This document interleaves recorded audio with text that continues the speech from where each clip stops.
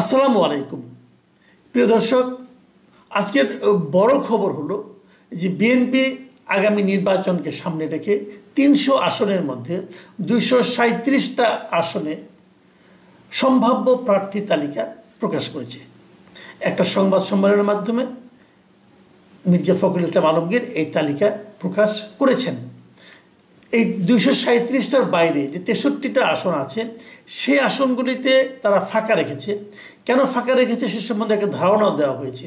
সেই ধারণাটা হলো যে তাদের যারা শরিক দল আছে, যারা তাদের সঙ্গে আন্দোলন করেছিল গত কয়েক বছর, তাদের নেতাদের কিছু আসন দেওয়া হবে এবং তাদের নিজেদেরও কিছু নেতাদের মধ্যে কোনো আসন নিয়ে হয়তো একজনের দ্বিধা বিভক্তি আছে, হয়তো একাধিক প্রার্থী আছেন যারা নাকি সবাই গুরুত্বপূর্ণ, কাকে বাদ দিয়ে কাকে দিবেন এখন সিদ্ধান্ত হয়তো নিতে পারেননি, সেই আসনগুলো তারা ফাঁকা রেখেছে। তো এই যে ২৩৭ জনের নাম ঘোষণা এবং সম্ভাব্য যেগুলো ফাঁকা আসনে কারা যেতে পারে, এই যে বিষয়গুলো, এগুলো নিয়ে আমি একটা ধারণা দেওয়ার চেষ্টা করব যে আসলে প্রার্থীটা তালিকাটা কেমন হলো। আমি প্রথমে যদি বলি যে বিএনপি নির্বাচনের ক্ষেত্রে সবচেয়ে উজ্জ্বল মুখ হচ্ছেন বেগম খালেদা জিয়া। বেগম খালেদা জিয়ার নির্বাচন ইতিহাস অসাধারণ মানে উনি কখনো কোনো নির্বাচনে পরাজিত হননি, কোনো নির্বাচনে না। আমরা যদি ৯১ সাল ধরে ৯১, ৯৬, ২০০১, ২০০৮ কোনো নির্বাচনে ওনার কোনো পরাজয়ের ইতিহাস নেই। তিনি সবসময় যে কটা আসনে দাঁড়িয়েছেন জিতেছেন। খালেদা জিয়াকে এবার দেওয়া হয়েছে ৩টা আসনে মনোনয়ন দেওয়া হয়েছে। সেই ৩টা হচ্ছে ফেনী ১, বগুড়া ৭ এবং দিনাজপুর ৩ আসন। ধারণা করা যায় ৩ আসনে জিতবেন। খালেদা জিয়া যেমন কোনো আসনে পরাজিত হন, এরকম ইতিহাস কিন্তু বাংলাদেশের আর কারো নাই। এরশাদ সাহেবও প্রথম দিকে সব জিততেন, কিন্তু ২০১৮ সালে এসে উনিও কিন্তু নির্বাচনে একটি ঢাকা আসনে কিন্তু মোটামুটি পরাজিত হয়েছেন। উনি মানে ঢাকার বাইরে উনি পরাজিত হয়েছেন। কাজেই এরশাদ সাহেবের পরাজয়ের ইতিহাস আছে। আর শেখ হাসিনা তো ইতিহাস আছেই। শেখ হাসিনা তো ৯১ সালেই ঢাকার ২ আসনে পরাজিত হয়েছিলেন। সাদেক হোসেন খোকার কাছে পরাজিত হয়েছিলেন পুরান ঢাকায়, তেজগাঁওতে পরাজিত হয়েছিলেন মেজর মান্নানের কাছে। তো ওনার পরাজয়ের ইতিহাস কিন্তু আছে। যাই হোক, খালেদা জিয়াকে ৩টা আসনে দেওয়া হয়েছে, কিন্তু তারেক রহমান নির্বাচন করবেন একটা আসন থেকে, সে হলো বগুড়া ৬ আসন থেকে। উনি একটা আসনে নির্বাচন করছেন। সেরকম মির্জা ফখরুল ইসলাম আলমগীর ঠাকুরগাঁও ১ আসনে নির্বাচন করবেন। এগুলো আর কিছু কিছু প্রার্থীকে নির্বাচনে মনোনয়ন দেওয়া হয়েছে। তার মধ্যে খুব ইন্টারেস্টিং একজন প্রার্থী হচ্ছেন এই যে গুমের শিকার বিভিন্ন ব্যক্তিদের স্বজনদের নিয়ে যে একটা সংগঠন ছিল মায়ের ডাক, তার যে সমন্বয়ক সঞ্জিদা ইসলাম তুলি, ওনাকে মিরপুর, শাহালি, দারুসালাম এলাকা নিয়ে যে গঠিত ঢাকা ১৪ আসন, সেখানে বিএনপি প্রার্থী করেছে। আমার কাছে এটা খুব ইন্টারেস্টিং মনে হয়েছে এবং আমি মনে করি এটা বিএনপি একটা ভালো কাজ করেছে। আবার কিছু কিছু জায়গা খুব আলোচিত যে এই আসলে কে নির্বাচনে মনোনয়ন পাবেন এটা ঠিক বোঝা যাচ্ছিল না। যেমন একটা উদাহরণ দিয়ে বলি, চাঁদপুর ১ আসন, কচুয়া আসন যেটা, এখানে মনোনয়ন পেয়েছেন বিএনপির সাবেক শিক্ষা প্রতিমন্ত্রী ডক্টর আ.ন.ম আহসানুল হক মিলন। এই আহসানুল হক মিলন সাহেব কিন্তু ২০১৮ এখানে মনোনয়ন পাননি। এটা ছিল একটা শকিং ঘটনা ছিল, কিন্তু এবার ওনাকে মনোনয়ন দেওয়া হয়েছে এবং উনি এলাকায় খুবই জনপ্রিয়। যতটুকু আমি জেনেছি, ওনার মনোনয়নের সংবাদ নিয়ে একটা দ্বিধা ছিল অনেকের মধ্যে এবং সেখানে মিছিল পর্যন্ত হয়েছে আজকে। আরেকটা খুবই আলোচিত একটা আসন ছিল যেটা নাকি অলরেডি মানে নির্বাচনের ঘোষণা আসার আগের থেকে আলোচনা হচ্ছিল, সেটা হলো কুমিল্লা ৩ মানে মুরাদনগর আসন। অনেকে বলাবলি করছিলেন এখানে হয়তো আসিফ মাহমুদ, সজীব ভুঁইয়াকে মনোনয়ন দেওয়া যেতে পারে অথবা দেবে কিনে, নানা রকম আলোচনা হচ্ছিল। কিন্তু বিএনপি কোনো ধরনের এটা নিয়ে কোনো দ্বিধা কারণই ছিল না, কারণ ওখানে বিএনপির এমন একজন প্রার্থী আছেন যে ওনার জনপ্রিয়তা নিয়ে আসলে কোনো রকম মানে প্রশ্ন কখনো কেউ করে নাই। উনি হচ্ছেন আলহাজ কাজী শাহ মুফাজ্জল হোসেন কায়কোবাদ। উনি ২১ গ্রেনেড হামলার আসামি ছিলেন, ওনাকে যাবজ্জীবন কারাদণ্ডও দেওয়া হয়েছিল এবং বিএনপি তার যে ত্যাগ, দলের প্রতি তার যে আপনার আনুগত্য এবং মানুষের প্রতি তার যে ভালোবাসা, এবং উনি এলাকায় খুবই জনপ্রিয়, তো ওনাকেই তারা কিন্তু প্রার্থী হিসাবে বেছে নিয়েছে। সালাউদ্দিন কাদের চৌধুরী, উনি তো মারা গেছেন, বিএনপির লিডার ছিলেন। ওনার সন্তান হুম্মাম কাদের চৌধুরীকে বিএনপি রাঙ্গুনিয়া উপজেলা থেকে প্রার্থী করছে। এগুলো সবই মোটামুটি একটা ধারণা আপনাদেরকে দিলাম, কিন্তু ইন্টারেস্টিং পয়েন্ট হলো কয়েকটা আমি যেটা বলি, যেটা হলো অনেকে কিন্তু বারবার বলা বলি করছিল যে হয়তো নাগরিক পার্টির সঙ্গে বিএনপির একটা জোট হতে পারে, কিন্তু এই প্রার্থী তালিকা ঘোষণার পর আমার মনে হচ্ছে সেটা সম্ভবত হচ্ছে না, আমার যেটা মনে হচ্ছে। কারণ আবুল হাসনাত আবদুল্লাহ যেটা আছেন, হাসনাত, তারপরে আপনার হাসনাত আবদুল্লাহ, তারপরে সার্জিস আলম, আক্তার হোসেন, নাসিরুদ্দিন পাটোয়ারি, আব্দুল হান্নান মাসুদ, এদের যে আসনগুলো, সেই আসনগুলোতে বিএনপি তার প্রার্থী দিয়ে দিয়েছেন সবগুলি আসনেই। কাজেই এর সঙ্গে আর নতুন করে আমি মনে হয় যে কোনো আর সমঝোতা হওয়ার কোনো সুযোগ আমি দেখছি না আপাতত। কারণ এরা যদি সমঝোতায় আসে তারা এরা কোন আসনে দাঁড়াবে?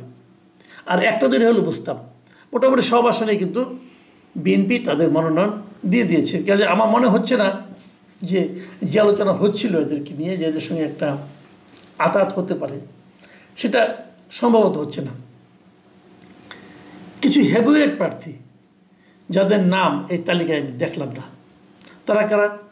যেমন বিএনপি সিনিয়র যুগ্ম মহাসচিব এবং সবচেয়ে ভোকাল যিনি লিডার মিস্টার রুহুল কবির রিজভী, ওনার নাম আমি তালিকায় পাইনি। রুমিন ফারহানা, যিনি নাকি আপনার বিভিন্ন মিডিয়াতে বিএনপির হয়ে খুবই সরব এবং খুবই লজিক্যাল যুক্তি দিয়ে উনি বিএনপির কিন্তু পলিটিক্সটাকে ধরে রেখেছেন আমি মনে করব। এমনকি যখন নাকি আওয়ামী লীগ আমলেও উনি সংসদে যতদিন ছিলেন বিএনপির মনোনীত সংসদ সদস্য হিসেবে, এবং আমার তো মনে হয় যে বিএনপির পক্ষে ওনার যে সরোবার তখন আর কেউ ছিল না, তো ওনার নামও কিন্তু আমি এখানে দেখলাম না। আরেকজন দেখলাম না, উনিও আমার কাছে আমার খুবই পছন্দের একজন ব্যক্তি, মিস্টার হাবিবুর নবী খান সোহেল। উনি বিএনপির সাবেক যুগ্ম মহাসচিব ছিলেন। ওনার মনে করা হচ্ছিল যে ওনাকে ঢাকা 12 আসন থেকে হয়তো মনোনয়ন দেওয়া হবে, কিন্তু ওনার নামও আমরা দেখছি না তালিকাতে সেরকমভাবে। ওনার যে আসনটা বলা হচ্ছিল সেই আসনে বিএনপি সাইফুল আলম নীরব, আগে যুবদলের সভাপতি ছিলেন, তাকে মনোনয়ন দিয়েছেন। আবার বরিশালে বিএনপির আরেকজন কেন্দ্রীয় নেতা মিস্টার মোয়াজ্জেম হোসেন আলাল, তাকেও তার নামও নাই, এবং তার জায়গায় বরং শরফুদ্দিন আহমেদ শান্টুকে বিএনপি তালিকায় নাম দিয়েছেন যে উনি হয়তো সেটা প্রার্থী হবেন। মোয়াজ্জেম হোসেন আলালের ফাঁকাটাও আমার কাছে নাম না থাকাটাও আমার কাছে একটু অবাক লেগেছে আর কি। যাই হোক, এটা হয়তো অন্য কোনোভাবে পরে ম্যানেজ করা হবে। কিছু আসন যে ফাঁকা রাখা হয়েছে কার কার জন্য সম্ভাব্য সেটা নিয়ে একটু আলোচনা করি। যেমন ধরা যাক ঢাকায় 7টা আসন বিএনপি কিন্তু ফাঁকা রেখেছে, এবং এই 7টার মধ্যে কারা কারা আসতে পারেন এটা এখনও ক্লিয়ার না।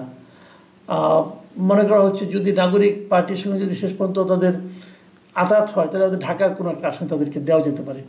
এবং এটাও বলা হয়ে থাকে যে নাগরিক ঐক্যের যিনি সভাপতি মিস্টার মাহমুদুর রহমান মান্না, তাকে হয়তো ঢাকার কোনো একটা আসনে দেওয়ার একটা সম্ভাবনা আছে। গণসংহতি আন্দোলনের যে প্রধান সমন্বয়ক আছেন জুনায়েদ সাকি, তিনি সম্ভবত ব্রাহ্মণবাড়িয়ার 6 আসন থেকে হয়তো দাঁড়াবেন, ওই আসনটাকে ফাঁকা রাখা হয়েছে। কিন্তু আবার নুরুল হক, যিনি গণ অধিকার পরিষদের সভাপতি নুরুল হক এবং সাধারণ সম্পাদক, ওনারা যে সমস্ত আসনে প্রার্থী হতেন, যেমন পটুয়াখালী 3 এবং ঝিনাইদহ 2, সেই আসনগুলো আসলে ফাঁকা রাখা হয়েছে। জাতীয় দলের চেয়ারম্যান সৈয়দ এহসানুল হুদা, তার জন্য কিশোরগঞ্জে 5 আসনে তার নাম শোনা যাচ্ছিল, সেটাও কিন্তু ফাঁকা আছে, কাউকে দেওয়া হয় নাই। আসম আব্দুর রব জিএসডি সভাপতি যিনি আছেন, উনি লক্ষ্মীপুর 4 আসন থেকে নির্বাচন করতে চান, ওই আসনটাও কিন্তু ফাঁকা রাখা হয়েছে। একই রকমভাবে এলডিপির কর্নেল অলি আহমেদ, যিনি চট্টগ্রাম 14 আসন, তার জন্য ফাঁকা রাখা হয়েছে। এবং এই দলের মহাসচিব ডক্টর রেদওয়ান আহমেদ, তার জন্য কুমিল্লা 7 আসনটা ফাঁকা রাখা হয়েছে। আপনারা জানেন এর মধ্যে নাম উঠেছিল এর আগেও যে বিজেপির চেয়ারম্যান আন্দালিব রহমান পার্থ, তার জন্য ঢাকা 17 আসনটা ফাঁকা রাখা হয়েছে, এবং এনডিএমের চেয়ারম্যান ববি হাজ্জাজের জন্য ঢাকা 13 আসন খালি রাখা হয়েছে। এখন এরাও কিন্তু এই আসনগুলিতে নির্বাচন করবেন, কিন্তু এখানে একটা বিষয় কিন্তু বলা হতো যে এরা কি নিজেদের প্রতীকে নির্বাচন করবেন নাকি বিএনপির প্রতীকে, ধানের শীষে নির্বাচন করবেন। ওই যে ধানের শীষে নির্বাচন করেন তাহলে আমি মনে করি ফাঁকা রাখাটা কার্যকর হবে। আর যদি ধানের শীষে নির্বাচন না করেন, নিজেদের মার্কা নিয়ে নির্বাচন করে তারা কতটুকু সফল হতে পারবেন, এটা নিয়ে কিন্তু আমার সন্দেহ রয়ে গেছে। তো এই হলো মোটামুটি প্রার্থীদের একটা তালিকা। কিন্তু এ থেকে আমরা আসলে সব মিলিয়ে কী পেলাম, এটা কিন্তু একটা জরুরি প্রশ্ন। বিএনপির এই তালিকা কি খুব ভালো কিছু হয়েছে? আমি নিজে যেটা মনে করি, আমি দেখেছি যে অনেক আসনে কিন্তু আজকে থেকে ধরুন 2001 সালে যারা নাকি এমপি ছিলেন 2001 যেমন আজকে থেকে প্রায় 24 বছর আগে, এদের এরকম অনেক প্রার্থীকে আমি দেখছি যারা নাকি আগেও ছিলেন এখনও আছেন। তো 24 বছর আগে যিনি এমপি ছিলেন তার বয়স এখন কত হয়েছে? তখনই অনেকে প্রবীণ ছিলেন, তারা এখনও আছেন। তো এটা কেন দেওয়া হচ্ছে আমি জানি না। আমি মনে করি আরও ইয়াং জেনারেশনকে আনা উচিত ছিল। যারা দীর্ঘদিন দলের মধ্যে ভূমিকা রেখেছেন তারা থাকবেন দলে, সমস্যা নাই। কিন্তু একদম বয়োবৃদ্ধ, মনে করেন বছরের মধ্যে 6 মাস অসুস্থই থাকেন, হাসপাতালে ঘুরেন, এটা নিয়ে আমার একটা আপত্তি আছে। আর আমার ব্যক্তিগতভাবে একটা চয়েস আছে। আমার ব্যক্তিগতভাবে যেটা বক্তব্য, আমরা একটা প্রবণতা দেখি। সেই প্রবণতাটা হলো যারা এমপি হন তারা আসলে কেউ এলাকায় থাকেন না, তারা সবাই ঢাকায় থাকেন। তার কাছে কোনো কাজের জন্য হলেও ওনারা ঢাকায় থাকতেই পারেন, যখন সংসদ চলে ঢাকায় থাকবেন, কোনো সমস্যা নাই। কিন্তু ওনাদের ঢাকায় ওনাদের স্থায়ী ঠিকানা, ওনারা ঢাকায় থাকেন, এলাকায় যান, ওই এলাকায় জন্মগ্রহণ করছেন, অতএব সে ওই এলাকার প্রতিনিধি। তো এই যে প্রবণতাটা, আমি মনে করি এই প্রবণতাটা দূর করতে পারলে ভালো হতো। মানুষ এলাকার এমপি এলাকায় থাকুক এটা চায়, সেরকম লোকজনকে আমি মনে হয় নমিনেশন দেওয়া উচিত।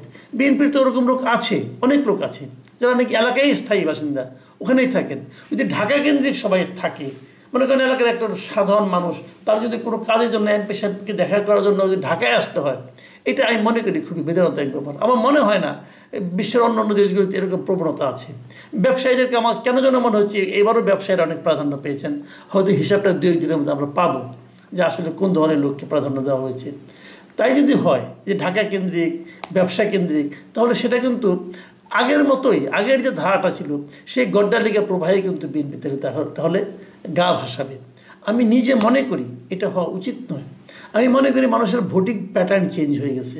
মানুষকে আর ওই হুজুকি দিয়া এখন আর মানুষের ভোট পাওয়া যাবে না। মানুষের ভোট পেতে হলে মানুষের মন জয় করতে হবে, মানুষের কাছাকাছি থাকতে হবে। এটাই আমি মনে করি হওয়া উচিত।